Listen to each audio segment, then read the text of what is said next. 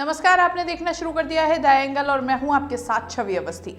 आज केंद्रीय वित्त मंत्री निर्मला सीतारमण ने बजट पेश किया और बजट के बाद प्रतिक्रियाएं आना भी सामान्य बात है। राजस्थान के राजनेताओं की, खासकर कांग्रेसी नेताओं की किस तरह की प्रतिक्रिया आई हैं, चलिए आज हम आपको बताते हैं। मुख्यमंत्री अशोक गहलोत ने भाजपा पर प्रहार करते हुए कहा है कि ये जो बजट आया है ये सिर्फ उन 5 राज्यों का बजट है जहां पर चुनाव होने हैं।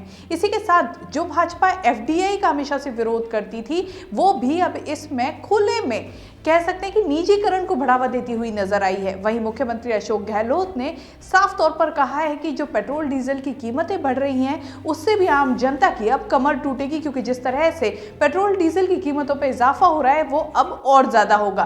तो कह सकते हैं कि मुख्यमंत्री अशोक गहलोत ने आम जनता के लिए जो ये बजट पेश किया था, केंद्र की ओर से किया गया था, जो वित्त मंत्री निर्मला सीतारमण ने पेश किया था, उसको सिरे से नकार दिया है।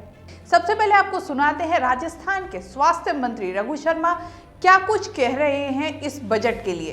केंद्रीय वित्त मंत्री श्रीमती निर्मला सीतारमण जी द्वारा आज जो पेश किया गया बजट वो पूरी तरह से निराशाजनक बजट है। उसमें बेरोजगारी दूर करने की कोई उपाय नहीं है, उसमें किसानों को राहत देने की कोई योजना नहीं है। देश का किसान 2 महीने से ज़्यादा सड़कों पर बैठा आंदोलन कर रहा है और 3 काले कानूनों को वापस लेने की बात कर रहा है।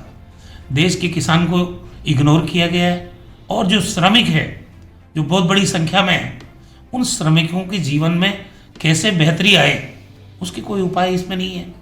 हेल्थ इंफ्रास्ट्रक्चर को मजबूत करने की बात की गई है, लेकिन उसको किस दिशा में ठोस प्रावधान इसके लिए किया जाना चाहिए वो प्रावधान इसमें नहीं है। आप देखिए कि पेट्रोल और डीजल में जिस ढंग से बेतहाशा वृद्धि हुई है, आज ऑटोमोबाइल पार्ट जो है उनको और महंगा कर दिया। जब ट्रांसपोर्टेशन महंगा होगा, पेट्रोल डीजल महंगे होंगे, देश में महंगाई बढ़ेगी। महंगाई को कम करने का उपाय नहीं है तो आम आदमी की कमर तोड़ने वाला बजट है कि नहीं है ये बताओ। प्रधानमंत्री जी ने हेल्थ सेक्टर के लिए कितना बड़ा अमाउंट घोषित किया था, उसका रिफ्लेक्शन इस बजट में नज़र आता नहीं है। अब 35,000 करोड़ रुपए आपने वैक्सीनेशन के लिए तय किए हैं। देश की पूरी 135 करोड़ की आबादी, उसको निशुल्क वैक्सीन देने का सवाल है। भारत सरकार को ये बीड़ा उठाना पड़ेगा क्योंकि राज्यों की आर्थिक स्थिति ठीक नहीं है। अधिकांश राज्यों ने ये मांग की है कि वैक्सीनेशन का टोटल खर्चा भारत सरकार उठाए। क्या 35,000 करोड़ में सारा वैक्सीनेशन हो जाएगा देश के लोगों का? कई सवाल ये बजट छोड़ रहा है। हमारे जो आयुष्मान भारत योजना है उसमें जो NFSA के लोग हैं उनका टोटल पैसा राज्य सरकार वहन कर रही है और जो भारत सरकार का 59 लाख लोगों का है उसका 60% भारत सरकार दे रही है, उसमें भी 40% राज्य को वहन करना पड़ रहा है। हमारी मांग ये है कि हम लोग अभी वास्तविकता में 78% पैसा राज्य वहन कर रहे हैं, जबकि भारत सरकार को इसका 90%, चाहे वो खाद्य सुरक्षा से जुड़े हुए लोग हैं, चाहे भारत सरकार के जो आयुष्मान भारत योजना के अंतर्गत जो सोशियो इकोनॉमिक जो जनगणना है उनके लोग हैं, सभी का 90% खर्चा भारत सरकार को उठाना चाहिए। 10% राज्य वहन करें क्योंकि राज्यों की वित्तीय स्थिति ठीक नहीं है। प्रधानमंत्री जी की स्पष्ट छाप इस बजट पर नजर आती है,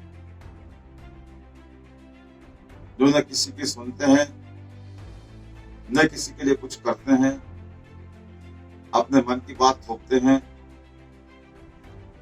सब्ज बाग दिखाने में उनका कोई सानी नहीं। और इस बजट में भी यही स्थिति है। बजट सिर्फ प्रधानमंत्री जी के जो पसंद का जो वर्ग, कॉर्पोरेट सेक्टर, उस कॉर्पोरेट सेक्टर को बढ़ावा, उनके उसमें भी चुनिंदा उनके जो मित्र लोग, उनको कैसे बढ़ावा दिया जा सके, जिनकी संपत्ति कोरोना काल में भी, लॉकडाउन के दौरान भी लगातार बेतहाशा बढ़ी है। एक तरफ लोग गरीब हो रहे हैं, लोगों के पास खाने को नहीं, इलाज कराने को पैसा नहीं, किसान मर रहे हैं, और प्रधानमंत्री जी के मित्र अपने धन संपदा में बेतहाशा वृद्धि कर, वो भी लॉकडाउन के दौरान, कोरोना काल के दौरान। ऐसे में सिर्फ उनका ध्यान इस बजट में रखा,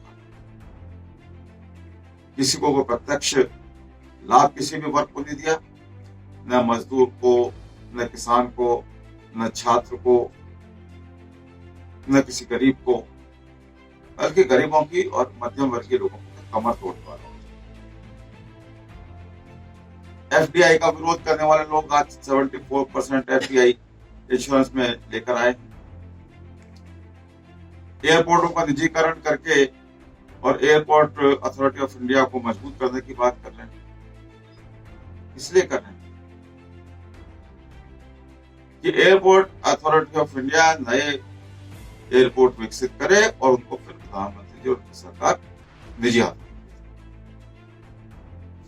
कुल मिलाकर मैं ये कह सकता हूं, इस बजट में किसी के लिए राहत नहीं, निराशाजनक बजट है।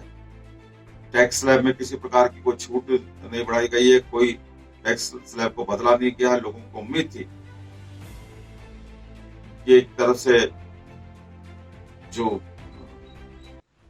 इन्फ्लेशन बढ़ा है उसके कारण उनको टैक्स में रिबेट मिलेगी, टैक्स में किसी प्रकार की छूट नहीं है। वहीं राजस्थान सरकार में परिवहन मंत्री प्रताप सिंह खाचरियावास ने इस बजट के लिए कहा है कि किसी भी वर्ग को कोई राहत नहीं मिली है, टैक्स पेयर्स को कोई राहत नहीं मिली है और ना ही किसानों के लिए कोई भी राहत भरी खबर है।